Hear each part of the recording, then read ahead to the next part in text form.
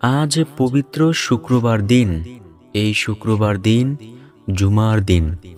নবীজি সাল্লাল্লাহু আলাইহি ওয়াসাল্লাম বলেছেন, জুমার দিন সপ্তাহের মধ্যে সবচেয়ে দামি একটি দিন। তো প্রিয় দর্শক, আজ পবিত্র শুক্রবার দিনে যদি কোনো ব্যক্তি এই 7টি আমল করতে পারে, ইনশাআল্লাহ তাআলা আল্লাহ রাব্বুল আলামিন যদি আমলগুলোকে কবুল করে নেয়, মৃত্যুর পর অবশ্যই জান্নাত পেয়ে যাবে ইনশাআল্লাহ। তো প্রিয় দর্শক, আপনি যদি জান্নাতে যেতে চান, আপনি যদি চান আল্লাহ তাআলা আপনাকে কবুল করে নিক, তাহলে আজকের ভিডিওটি সম্পূর্ণ দেখে এইখান থেকে প্রতিটি আমলকে সুন্দরভাবে শিখে পরবর্তীতে নিয়মিত এই আমলগুলো অবশ্যই করার মতো চেষ্টা করুন ইনশাআল্লাহ। ইনশাআল্লাহ। তো চলুন প্রিয় দর্শক, একে একে প্রত্যেকটি আমলের সাথে আপনাদেরকে পরিচয় করিয়ে দেই। 1 নাম্বার যেই আমলের কথা বলবো, সে আমলটি হলো, নবীজি সাল্লাল্লাহু আলাইহি ওয়াসাল্লাম বলেছেন, ও আমার সাহাবীরা শোনো, তোমরা সূরাতুল ইয়াসিন একবার পাঠ করবে। সাহাবে কেরাম বলল, ইয়া রাসূলুল্লাহ, আমরা যদি সূরাতুল ইয়াসিন একবার পাঠ করি তাহলে আমরা কেমন সওয়াব পাইব? নবীজি সাল্লাল্লাহু আলাইহি ওয়াসাল্লাম বলেন, যদি কোনো ব্যক্তি সূরাতুল ইয়াসিন মাত্র একবার পাঠ করতে পারে, রব্বুল আলামিন তাকে 10 বার সম্পূর্ণ কুরআনুল কারীম খতম করার সমান সওয়াব দিয়ে দিবে। সুবহানাল্লাহ, আল্লাহু আকবার। তো প্রিয় দর্শক, বুঝতে পেরেছেন কত দামি একটি আমল হলো সূরাতুল ইয়াসিন তিলাওয়াত করা। নবীজি সাল্লাল্লাহু আলাইহি ওয়াসাল্লামের সামনে কয়েকজন সাহাবী বসা। নবীজি সাহাবীদেরকে বললেন, ও আমার সাহাবীরা, আমি কি তোমাদেরকে এমন একটি আমলের সাথে পরিচয় করিয়ে দেব না, যে আমল যদি তোমরা একবার করো, আল্লাহ তোমাদেরকে 10 বার কুরআনুল কারীম খতম করার সমান সওয়াব দিয়ে দিবে? সাহাবে কেরাম তো ছিল আমলের জন্য অনেক বেশি পাগল। সাহাবীরা বলল, ইয়া রাসূলুল্লাহ সাল্লাল্লাহু আলাইহি ওয়াসাল্লাম, বলুন কোন সেই আমল? নবীজি সাল্লাল্লাহু আলাইহি ওয়াসাল্লাম বলেন, যদি কোনো ব্যক্তি সূরাতুল ইয়াসিন মাত্র একবার পাঠ করে, আল্লাহ রাব্বুল আলামিন তাকে 10 বার সম্পূর্ণ কুরআনুল কারীম খতম করার সমান সওয়াব দিয়ে দেন। সুবহানাল্লাহ, আল্লাহু আকবার। তাই প্রিয় দর্শক, আমরা অবশ্যই বেশি বেশি পরিমাণে সূরাতুল ইয়াসিন তিলাওয়াত করার চেষ্টা করব ইনশাআল্লাহ। ইনশাআল্লাহ। জান্নাতের মধ্যে সব জান্নাতবাসীদেরকে নবীজি সাল্লাল্লাহু আলাইহি ওয়াসাল্লাম সূরাতুল ইয়াসিন তিলাওয়াত করে শোনাইবেন। নবীজির সেই সুললিত কণ্ঠের দ্বারা যদি সূরাতুল ইয়াসিনের তিলাওয়াত শুনতে চান, তাহলে অবশ্যই বেশি বেশি পরিমাণে দুনিয়ায় এই আমলটি করার মতো চেষ্টা করুন। 2 নম্বরে যেই আমলের কথা বলবো, সেই আমলটি হলো, নবীজি সাল্লাল্লাহু আলাইহি ওয়াসাল্লাম বলেন, তোমরা সত্য কথা বলো, মিথ্যা বলিও না। নবীজি বলেন, সত্যবাদিতা মানুষকে তাকওয়ার পথে পরিচালিত করে, আর তাকওয়া মানুষকে জান্নাতের পথে পরিচালিত করে। নবীজি সাল্লাল্লাহু আলাইহি ওয়াসাল্লাম মিথ্যা কথা বলতে নিষেধ করেছেন। একজন ব্যক্তি নবীজির কাছে আসলো। আয়েশা বলল, ইয়া রাসূলুল্লাহ, আমি দুনিয়ার এমন কোনো গুনাহের কাজ নাই যেই গুনাহ আমি না করি, এবং আমি মিথ্যা কথাও বলি। ও নবী, আপনি আমাকে এমন কিছু আমলের কথা বলুন যে আমল করলে আমি এই গুনাহের কাজগুলো ছেড়ে দিতে পারবো। নবীজি সাল্লাল্লাহু আলাইহি ওয়াসাল্লাম বলেন, ও ভাই শোনো, তুমি আজকের পর থেকে শুধু মিথ্যা কথা বলা ছেড়ে দিবে। ওই ব্যক্তি মনে মনে ভাবল, নবীজি এত গুনাহের কথা শোনার পরেও নবীজি সেগুলো ছাড়তে বলল না, শুধু মিথ্যা কথা ছাড়তে বলল। আমি পর থেকে এই গুনাহের কাজগুলো করেই যাব, এতে কোনো সমস্যা হবে না। ওই ব্যক্তি যখন চুরি করতে গেল, চুরি করতে যাওয়ার পর সে মনে মনে ভাবতে লাগলো, হায়রে, পরের দিন যদি নবীজি সাল্লাল্লাহু আলাইহি ওয়াসাল্লাম আমাকে জিজ্ঞেস করে যে, ও ভাই, তুমি কি চুরি করেছো? আমি যদি মিথ্যা কথা বলি তাহলে তো নবীর কথা আমি মানতে পারলাম না। নবী তো বলেছেন মিথ্যা কথা ছেড়ে দিতে। ওই ব্যক্তি চুরি আর করল না। আবার পরে যখন সে মদ খাইবার জন্য গেল, তখন সে আবার মনে মনে ভাবল, হায় রে, নবী যদি আমাকে আবার জিজ্ঞেস করে তুমি কি এখন মদ খাও, আমি যদি বলি না, তাহলে তো মিথ্যা কথা হয়ে যাবে, না আমি মদও খাইতে পারবো না। এইভাবে সে যত গুনাহ করতে যায়, সব গুনাহ করার পূর্বেই সে মনে মনে ভাবতে থাকে, নবী যদি জিজ্ঞেস করে আর আমি যদি বলি আমি এটা করি নাই, তাহলে তো মিথ্যা কথা হয়ে যাবে। অথচ নবী তো বলেছেন মিথ্যা কথা না বলার জন্য। না, আমি তো দেখছি কোনো গুনাহের কাজই করতে পারতেছি না। ওই ব্যক্তি এমন অবস্থায় পরিণত হলো, ওই ব্যক্তি আর কখনোই গুনাহের কাজগুলো করে নাই। সুবহানাল্লাহ, আল্লাহু আকবার। বুঝতে পেরেছেন প্রিয় দর্শক? নবীজি ইচ্ছা করলে বলতে পারতেন তুমি চুরি করা বন্ধ করে দাও, অথবা ডাকাতি করা বন্ধ করে দাও, তুমি অন্যান্য গুনাহের কাজগুলো আর করিও না। যদি নবীজি একটা নির্দিষ্ট কথা বলতেন, ওই নির্দিষ্ট গুনাহটাই সে ছাড়ত, অন্য গুনাহের কাজ ছাড়ত না। নবীজি বলেছেন তুমি মিথ্যা কথা বলা বন্ধ করো। এই মিথ্যা কথা বলা বন্ধ করে দাও, এই বলার কারণে ওই ব্যক্তি আর জীবনেও মিথ্যা কথা বলতে পারে নাই, আর সে সকল পাপগুলো ছেড়ে দিয়েছে। আল্লাহু আকবার। নবীজি সাল্লাল্লাহু আলাইহি ওয়াসাল্লাম বলেন, মিথ্যা হলো সকল পাপের মূল। তাই প্রিয় দর্শক, নবীজি সাল্লাল্লাহু আলাইহি ওয়াসাল্লাম তার উম্মতদেরকে বলেছেন, তোমরা মিথ্যা কথা বলিও না, মিথ্যা হলো সকল পাপের মূল। তোমরা সত্য কথা বলো। সত্যবাদিতা মানুষকে তাকওয়ার পথে পরিচালিত করে, আর তাকওয়া মানুষকে জান্নাতের পথে পরিচালিত করে। প্রিয় দর্শক, তাকওয়া শব্দের অর্থ ভয়। কার ভয়?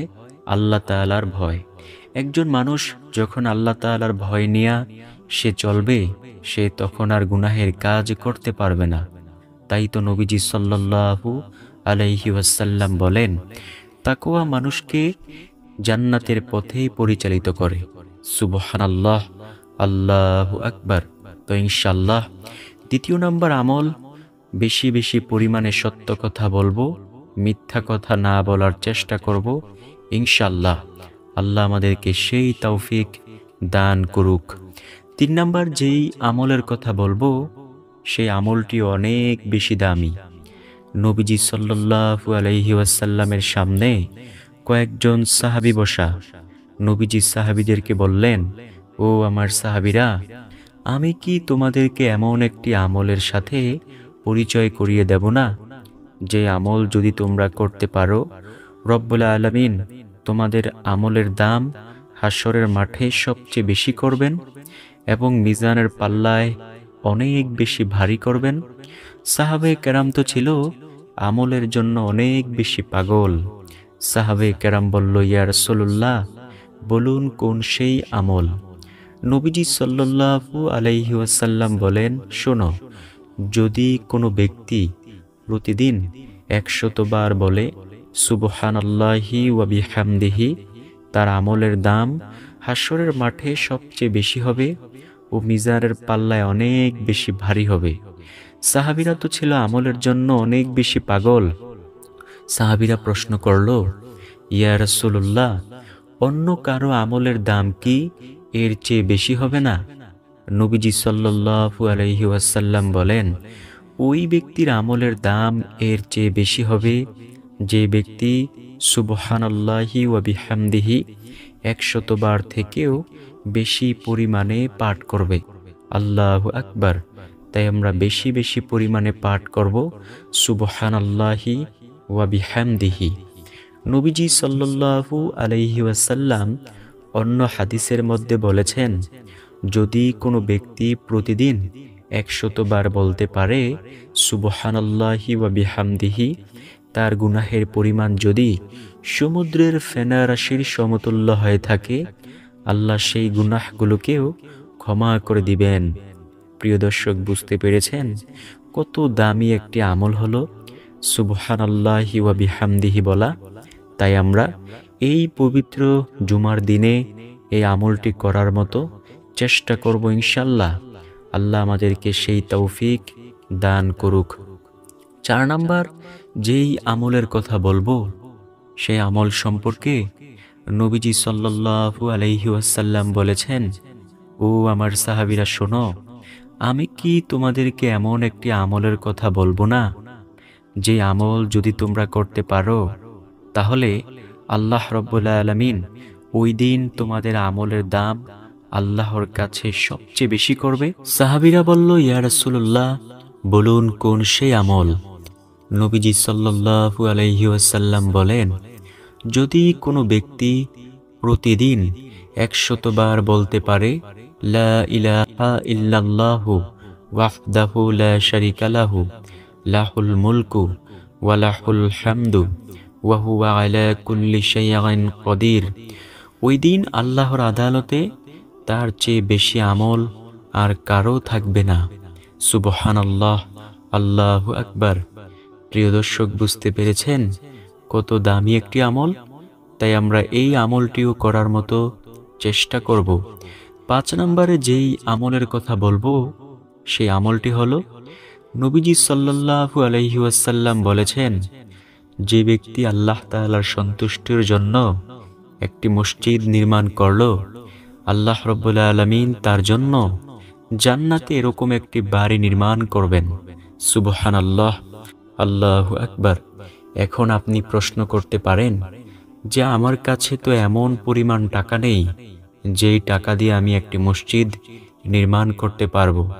প্রিয় দর্শক, আপনার কাছে একটা ইট দেওয়ার মতো সামর্থ্য আছে তো এটাই আপনি দিন। তবে আপনার নিয়ত ঠিক রাখবেন। যখন আপনি দানটা করবেন, দান করার সময় আল্লাহ তাআলার কাছে বলবেন, আল্লাহ, এই যে দেখো, আমার কাছে যতটুকু সামর্থ্য ছিল এই সামর্থ্য অনুযায়ী আমি এই একটা ইট তোমার ঘরে দান করলাম। তুমি যদি আমাকে অনেক ধন সম্পদ দিতে তাহলে আমি একটা মসজিদ নির্মাণ করতাম, কিন্তু আমি তো এত কোটিপতি হইতে পারি নাই যে একটা মসজিদ আমি একা নির্মাণ করে দেব। আল্লাহ, এই দান তুমি কবুল করে নাও, আর তোমার যদি মনে চায় তাহলে আমাকে সেই সওয়াবের ভাগীদার করে দিও। প্রিয় দর্শক, আল্লাহ ইচ্ছা করলে আপনাকে সেই সওয়াবের ভাগীদার করে দিতে পারেন। যে যত নমনীয় হবে আল্লাহ তাআলার দরবারে, সে ততই এগিয়ে যাবে আল্লাহর রহমতের দিকে। সুবহানাল্লাহ, আল্লাহু আকবার। নবীজি সাল্লাল্লাহু আলাইহি ওয়াসাল্লাম বলেন, যে ব্যক্তি আল্লাহ তাআলার সন্তুষ্টির জন্য একটি মসজিদ নির্মাণ করলো, আল্লাহ তাআলা জান্নাতে তার জন্য এই রকম একটি বাড়ি নির্মাণ করবেন। সুবহানাল্লাহ, আল্লাহু আকবার। 6 নম্বর যেই আমলের কথা বলবো, সেই আমল সম্পর্কে নবীজি সাল্লাল্লাহু আলাইহি ওয়াসাল্লাম সুন্দরভাবে বলেছেন। নবীজির সামনে একটা ছোট্ট শিশু বাচ্চা ছিল, যেই শিশু বাচ্চা এতিম ছিল। ওই এতিম বাচ্চা রাস্তার মধ্যে একেবারে ধুল বালু দিয়ে তার সারা শরীর ময়লা হয়েছিল। নবীজি সাল্লাল্লাহু আলাইহি ওয়াসাল্লাম ওই এতিম বাচ্চাটাকে হাতের মধ্যে লইয়া নবীজির কোলে নিলেন। কোলে নিয়ে আম্মাজান আয়েশা রাদিয়াল্লাহু তাআলা আনহার কাছে গিয়ে বললেন, আয়েশা, এই বাচ্চাটাকে সুন্দরভাবে গোসল করিয়ে দাও। এই বাচ্চাটাকে আমাদের সন্তান মনে করে এই বাচ্চাটাকে সুন্দরভাবে গোসল করিয়ে দাও। আম্মাজান আয়েশা রাদিয়াল্লাহু তাআলা আনহা যখন ওই বাচ্চাটাকে সুন্দরভাবে গোসল করিয়ে দিলেন, নবীজি সাল্লাল্লাহু আলাইহি ওয়াসাল্লাম ওই বাচ্চাটাকে সুন্দর জামা কাপড় পরাইয়া নবীজির সাথে লইয়া এইবার নবীজি চললেন মসজিদে নববীর দিকে। নবীজি বাচ্চাটাকে বললেন, ও বাবা, চলো আমরা মসজিদে নববীতে নামাজ আদায় করতে যাই। নবীজি সাল্লাল্লাহু আলাইহি ওয়াসাল্লাম মিম্বরে বসলেন খুতবা দেওয়ার জন্য এবং সেই বাচ্চাটাকেও পাশে বসাইলেন।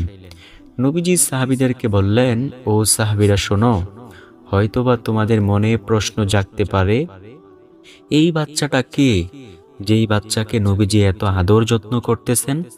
ও সাহাবীরা, এই প্রশ্ন যদি জেগে থাকে তাহলে শুনে নাও, এই বাচ্চাটা একটা এতিম বাচ্চা। এর মাও নাই, বাবাও নাই। আমি নবীও দুনিয়ায় এতিম, আমারও মা নাই, বাবাও নাই। ও সাহাবীরা শোনো, এই বাচ্চাটাকে আমি এই যে আদর যত্ন করতেছি, তার মাথার মধ্যে হাতটা বুলিয়ে দিতেছি, শোনো, কিয়ামত পর্যন্ত আমার আনেওয়ালা সকল উম্মতদেরকে জানিয়ে দিও, যারা কোনো এতিম বাচ্চাকে পাইবে অথবা এতিমকে পাইবে, তারা যেন ওই এতিমের মাথায় একটু হাতটা বুলিয়ে দেয়। ওই হাতের নিচে যতগুলো চুল থাকবে, আল্লাহ সেই চুল সমপরিমাণ সওয়াব তার আমলনামায় দান করবে। সুবহানাল্লাহ, আল্লাহু আকবার। প্রিয় দর্শক, বুঝতে পেরেছেন? অথচ আজকে আমাদের সমাজে দেখা যায় কি, এতিমের সম্পদ জোর করে আত্মসাৎ করে ফেলে। এটা মোটেও ঠিক না। নবীজি সাল্লাল্লাহু আলাইহি ওয়াসাল্লাম এটা করতে নিষেধ করেছেন। নবীজি সাল্লাল্লাহু আলাইহি ওয়াসাল্লাম বলেছেন, কোনো এতিমকে সামনে পাওয়ার পর ওই এতিমের মাথায় একটু হাতটা বুলিয়ে দিও। হাতের নিচে যতগুলো চুল থাকবে তত পরিমাণ সওয়াব আল্লাহ তোমাদের আমলনামায় অবশ্যই দান করবেন। সুবহানাল্লাহ, আল্লাহু আকবার। তাই প্রিয় দর্শক, এই আমলটিও করার মতো চেষ্টা করব। নবীজি এতিমকে অনেক বেশি পছন্দ করতেন। এর কারণ হলো, নবীজিও এতিম ছিলেন। জন্মের 6 মাস পূর্বে নবীজির বাবা দুনিয়া থেকে ইন্তেকাল করেছেন। জন্মের 6 বছর পর নবীজির প্রিয় মা আমিনা দুনিয়া থেকে ইন্তেকাল করেছেন। প্রিয় দর্শক, নবীজি সাল্লাল্লাহু আলাইহি ওয়াসাল্লাম এতিম অবস্থায় বড় হয়েছেন। তাই নবীজি সাল্লাল্লাহু আলাইহি ওয়াসাল্লাম এতিমের দুঃখ বুঝেন। যে ব্যক্তি দুনিয়ায় যেই কষ্ট পায়, যেই দুঃখ পায়, সেই দুঃখ যদি অন্য মানুষ পতিত হয় ওই দুঃখে, তাহলে ওই ব্যক্তি সেই দুঃখ সম্পর্কে বোঝে। প্রিয় দর্শক, নবীজি সাল্লাল্লাহু আলাইহি ওয়াসাল্লাম যেহেতু এতিম ছিলেন, তিনি এতিমের দুঃখ বুঝতেন। তাই তিনি যেখানেই একজন এতিমকে পাইতেন, এতিমকে অনেক মায়া করতেন, ভালোবাসতেন। আপনার ঘরের দুয়ারের সামনে যদি কোনো এতিম আইসা কোনো কিছু চায়, তাকে কিছু না কিছু দান করুন। যদি নাও থাকে, তাকে একটু ভালোবাসা দিয়েন, তাকে একটু মায়া করিয়েন, তাকে একটু আদর যত্ন করিয়েন। এতে তার মনটা খুশি হয়ে যাবে এবং রব্বুল আলামিনও আপনার প্রতি খুশি হয়ে যাবে। তাই তো নবীজি সাল্লাল্লাহু আলাইহি ওয়াসাল্লাম বলেছেন, তোমরা যদি কোনো এতিমকে কাছে পাও, ওই এতিমের মাথায় একটু হাতটা বুলিয়ে দিও। ওই হাতের নিচে যতগুলো চুল থাকবে তত পরিমাণ সওয়াব আল্লাহ তোমাদের আমলনামায় অবশ্যই দান করবেন। সর্বশেষ নাম্বার যেই আমলের কথা বলবো, সেই আমলের কথাও আপনাদেরকে বলে দিচ্ছি। নবীজি সাল্লাল্লাহু আলাইহি ওয়াসাল্লাম সাহাবায়ে কেরামদেরকে বললেন, ও আমার সাহাবীরা, আমি কি তোমাদেরকে এমন একটি আমলের কথা বলবো না, যে আমল যদি তোমরা একবার করো, কোরআনুল কারীমের 10 পারা খতমের সমান সওয়াব পাইবা। 2 বার করলে 20 পারা খতমের সমান সওয়াব পাইবা। 3 বার যদি করো 30 পারা কোরআনুল কারীম খতম করার সমান সওয়াব পাইবা। সাহাবায়ে কেরাম বলল, ইয়া রাসূলুল্লাহ, বলুন। নবীজি বললেন, যদি কোনো ব্যক্তি সূরাতুল ইখলাস একবার পড়ে 10 পারা কোরআনুল কারীমের খতমের সমান সওয়াব পাইবে। 2 বার পড়লে 20 পারা কোরআনুল কারীমের খতম করার সমান সওয়াব পাইবে। যদি 3 বার পড়তে পারে, সম্পূর্ণ কোরআনুল কারীম খতম করার সমান সওয়াব পেয়ে যাইবে।